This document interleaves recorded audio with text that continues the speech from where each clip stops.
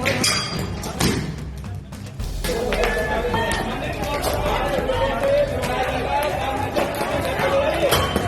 भविष्य बर्बाद मत करो इनके चक्कर में नेताओं के, अपने नेताओं के चक्कर में अपना भविष्य बर्बाद मत करो।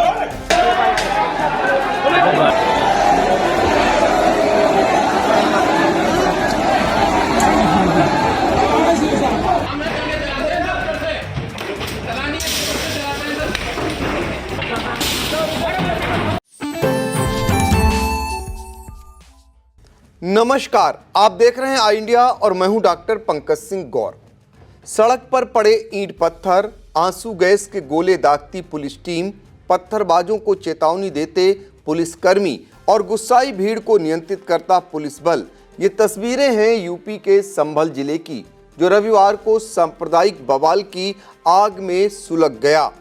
संभल में हुए इस बवाल पर सपा मुखिया अखिलेश यादव और बसपा सुप्रीमो मायावती ने भी योगी सरकार को घेरा है, तो भाजपा प्रवक्ता राकेश त्रिपाठी ने कानून को हाथ में लेने वालों को मुंहतोड़ जवाब देने की चेतावनी दी है। पत्थरबाजी की घटना पर ऑल इंडिया मुस्लिम जमात के राष्ट्रीय अध्यक्ष मौलाना शहाबुद्दीन रजवी बरेलवी का भी बयान आया है। उपचुनाव नतीजों के अगले ही दिन यूपी के संभल जिले से ऐसी तस्वीरें क्यों सामने आईं, इसके पीछे की कहानी हम आपको बताएं।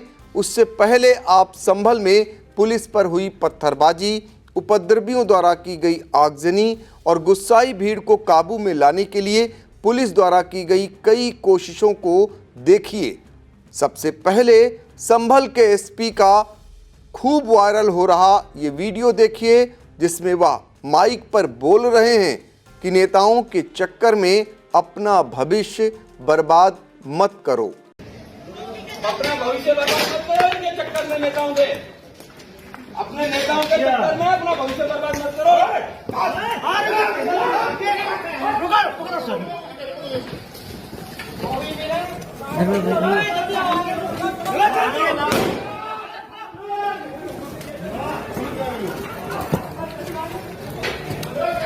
वीडियो में आपने देखा कि किस तरह पुलिस पत्थरबाजी कर रही भीड़ से कह रही है कि शांत हो जाओ, पत्थरबाजी मत करो।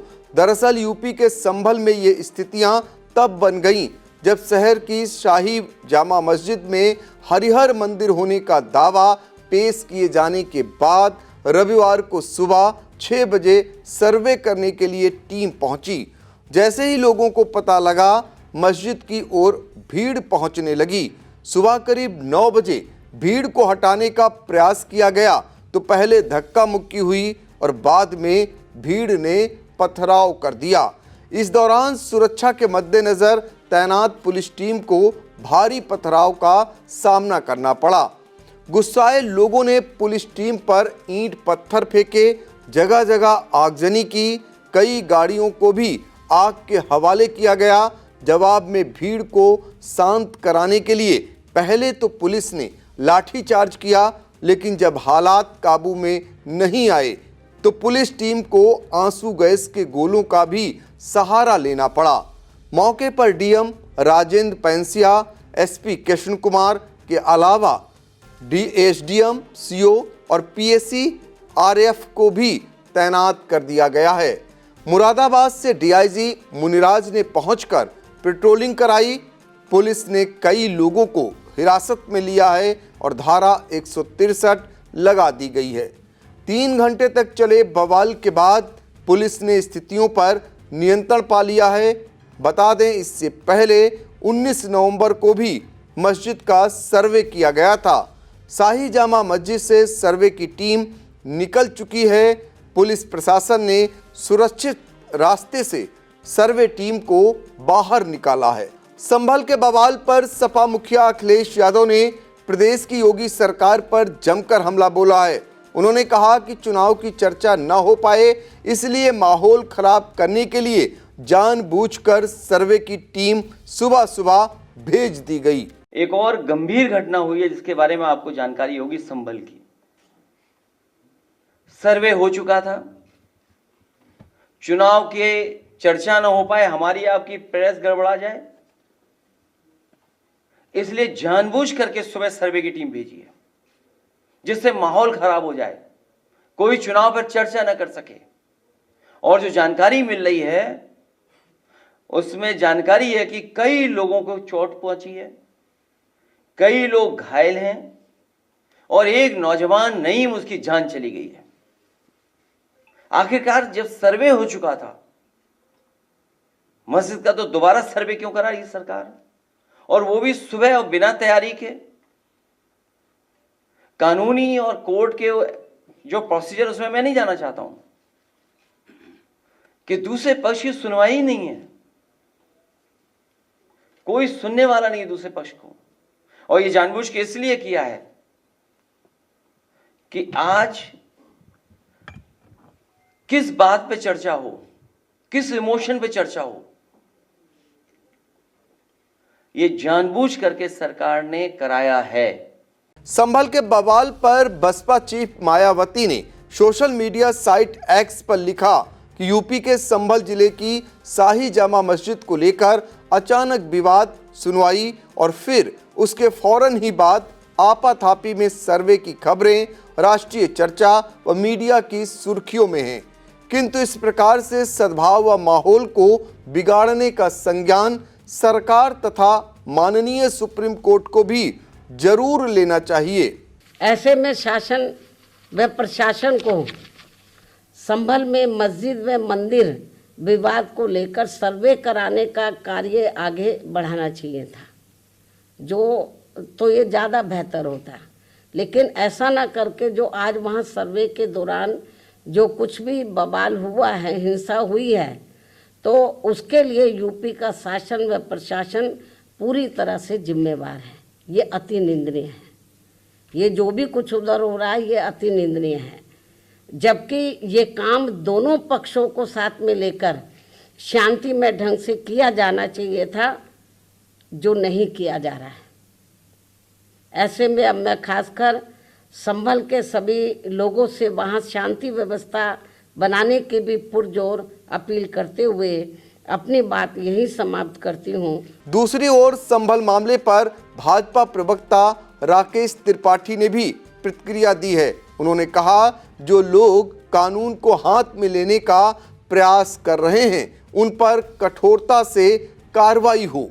कोर्ट के आदेश पर संभल में जामा मस्जिद के सर्वे के लिए कोर्ट कमिश्नर की टीम पहुंची थी और कोर्ट कमिश्नर की टीम पर इस प्रकार से पथराव करना यह निश्चित तौर पर यह दर्शाता है कि आपका संविधान में विश्वास नहीं है, देश की न्यायपालिका में विश्वास नहीं है, कानून व्यवस्था में विश्वास नहीं है। ये मुगलिया सल्तनत का दौर नहीं है जहां आप जोर दबाव के आधार पर किसी प्रकार की कार्रवाई कर सकते हैं।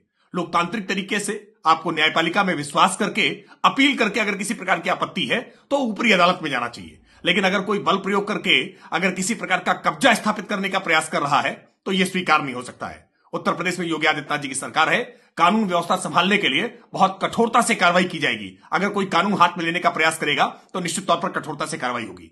हम अपील कर रहे हैं, लोग वहां पर शांति व्यवस्था बनाने का काम करें और किसी भी स्थिति में कानून को हाथ में लेने का काम न करें। जो कोर्ट के आदेश है उनका अनुपालन सुनिश्चित करें। सर्वे के दौरान क्या कुछ हुआ, ये हालात क्यों बिगड़े, संभल के एसपी कृष्ण कुमार विश्नोई ने जानकारी दी। जनपद संभल के थाना कोतवाली संभल क्षेत्र में एक जामा मस्जिद है। इस जामा मस्जिद पे कोर्ट के आदेश के अनुसार इसका सर्वे करवाया जा रहा था, जिसमें सर्वे शांतिपूर्वक तरीके से जामा मस्जिद के अंदर वर्तमान में चल भी रहा है।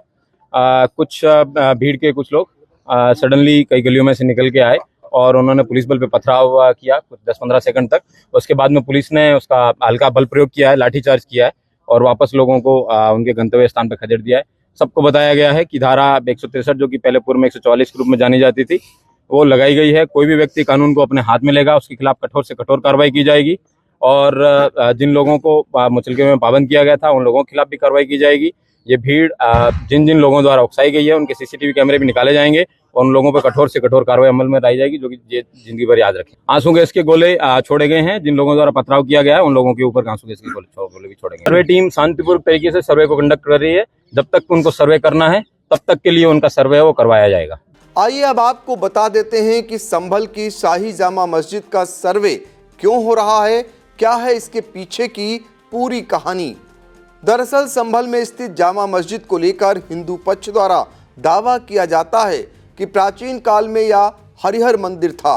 मुगल बादशाह बाबर ने इसे तोड़कर मस्जिद तामीर कराई थी। हिंदू पक्ष के लोगों का दावा है कि मस्जिद के स्थान पर ही कलयुग में कल की भगवान का अवतार होना है। इस मामले को हाल ही में तब हवा मिली थी जब कैला देवी मंदिर के महंत ऋषिराज गिरी ने 19 नवंबर 2024 को सिविल कोर्ट में याचिका दायर की थी। कोर्ट ने एडवोकेट कमिश्नर नियुक्त करते हुए आदेश दिया कि संभल की जामा मस्जिद का सर्वे कराया जाएगा। मस्जिद की वीडियोग्राफी, फोटोग्राफी कराई जाएगी और 7 दिन के अंदर इसकी रिपोर्ट कोर्ट में दाखिल करनी होगी। अदालत ने रमेश सिंह राघव को एडवोकेट कमिश्नर नियुक्त किया। हिंदू पक्ष की तरफ से जहां दावा किया जा रहा है कि मस्जिद पहले हरिहर मंदिर था और मस्जिद के भीतर सर्वे के दौरान मंदिर होने के कई साक्ष्य भी मिले हैं, वहीं मुस्लिम पक्ष ने दावा किया है कि मस्जिद के अंदर ऐसा कुछ नहीं मिला है जिससे साबित हो सके कि यह मंदिर था। 26 नवंबर को रिपोर्ट पेश करनी है। 29 नवंबर को इस पर सुनवाई होगी। संभल में पत्थरबाजी की घटना पर ऑल इंडिया मुस्लिम जमात के राष्ट्रीय अध्यक्ष मौलाना शहाबुद्दीन रज़वी बरेलवी ने कहा है कि पत्थरबाजी और तोड़फोड़ उचित नहीं है। मैं संभल के मुसलमानों से अपील करता हूं कि वे इस्लाम की अमन चैन की शिक्षा को बनाए रखें। जहां तक अदालती कार्रवाई का सवाल है, जामा मस्जिद हमारी है। इसकी मीनारें, दीवारें और गुंबद इस बात का सबूत है कि यह एक तारीखी मस्जिद है। हम कानून और पुख्ता सबूतों के जरिए इस लड़ाई को लड़ेंगे और इसमें सफलता हमारी ही होगी। मुस्लिम पक्ष के लोग सुबह 6 बजे रविवार के दिन सर्वे करे जाने पर भी सवाल उठा रहे हैं। फिलहाल संभल में हुए आगजनी और बवाल के मामले में पुलिस सख्त कार्रवाई करने जा रही है।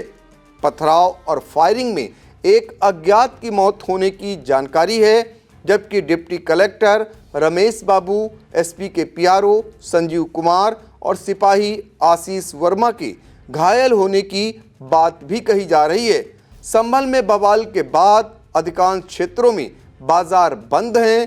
प्रशासन की ओर से ये दावा किया जा रहा है कि स्थिति पर नियंत्रण पा लिया गया है और सभी से ये भी अपील की जा रही है कि लोग अमन चैन बनाए रखें और जो भी उपद्रवी हैं उन पर कानून सख्त से सख्त कार्रवाई करेगा।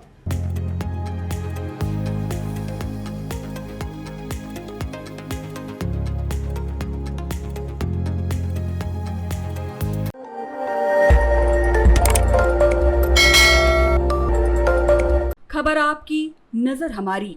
देखते रहिए आई इंडिया।